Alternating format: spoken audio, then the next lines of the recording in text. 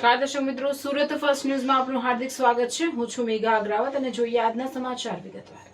પ્રેમ ભારતી વિદ્યાલયની પ્રિન્સિપલની મનમાનીથી 7 વર્ષની બાળકી શિક્ષણથી વંચિત હોવાનો વાલીઓનો આક્ષેપ।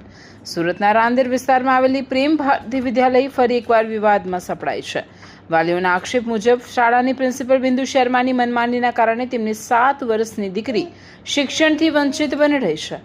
વાલીઓનું કહેવું છે કે એલસી મેળવવા માટે અનેક વખત રજૂઆતો કરવા છતાં શાળા તંત્ર તરફથી યોગ્ય જવાબ આપવામાં આવતો નથી।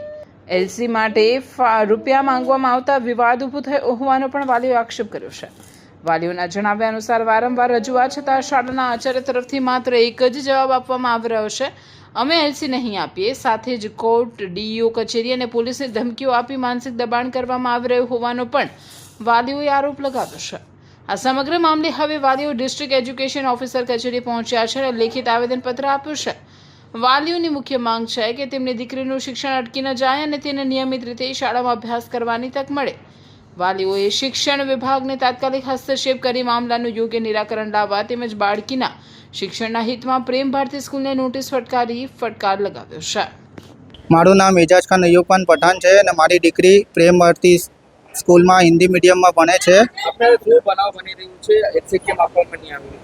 મારું બનાવ એવું બને છે કે છેલ્લા મેં 7 દિવસથી એટલે 4 તારીખથી લઈને હમણાં સુધી મેં એલસી માટે જાઉં છું, તો મને એમ કીધું છે કે તમે પહેલાં 3 મહિનાની એડવાન્સ ફી ભરો, એના પછી જ તમને એલસી મળશે, પણ 8 થી 10 દિવસ પછી મળશે એમ।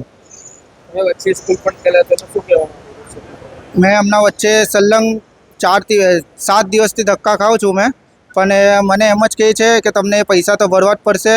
ને ગઈકાલે મેં ગયો હતો તો પહેલાં મને બોલાવ્યું ત્યારે મેડમ હતા નહીં, એટલે પ્રિન્સિપલ મેડમ, તો મને કીધું કે 1 કલાક પછી આવો। એના પછી મેં ગયો હતો અરજી લઈને રિક્વેસ્ટની કે મને એલસી આપો એમ, તો ગયો હતો તો મને ડાયરેક્ટ એમ કીધું છે એમને કે તમે એક કામ કરો, તમે મીડિયા જોડે આવેલા તો તમે મીડિયા પાસે એલસી લઈ લો ને એમ કે અમે પણ એમ કે કોર્ટમાં જશું અને અમે પણ ડીઓ કચેરીમાં જશું, એટલે આપણે ત્યાં મળીએ એમ।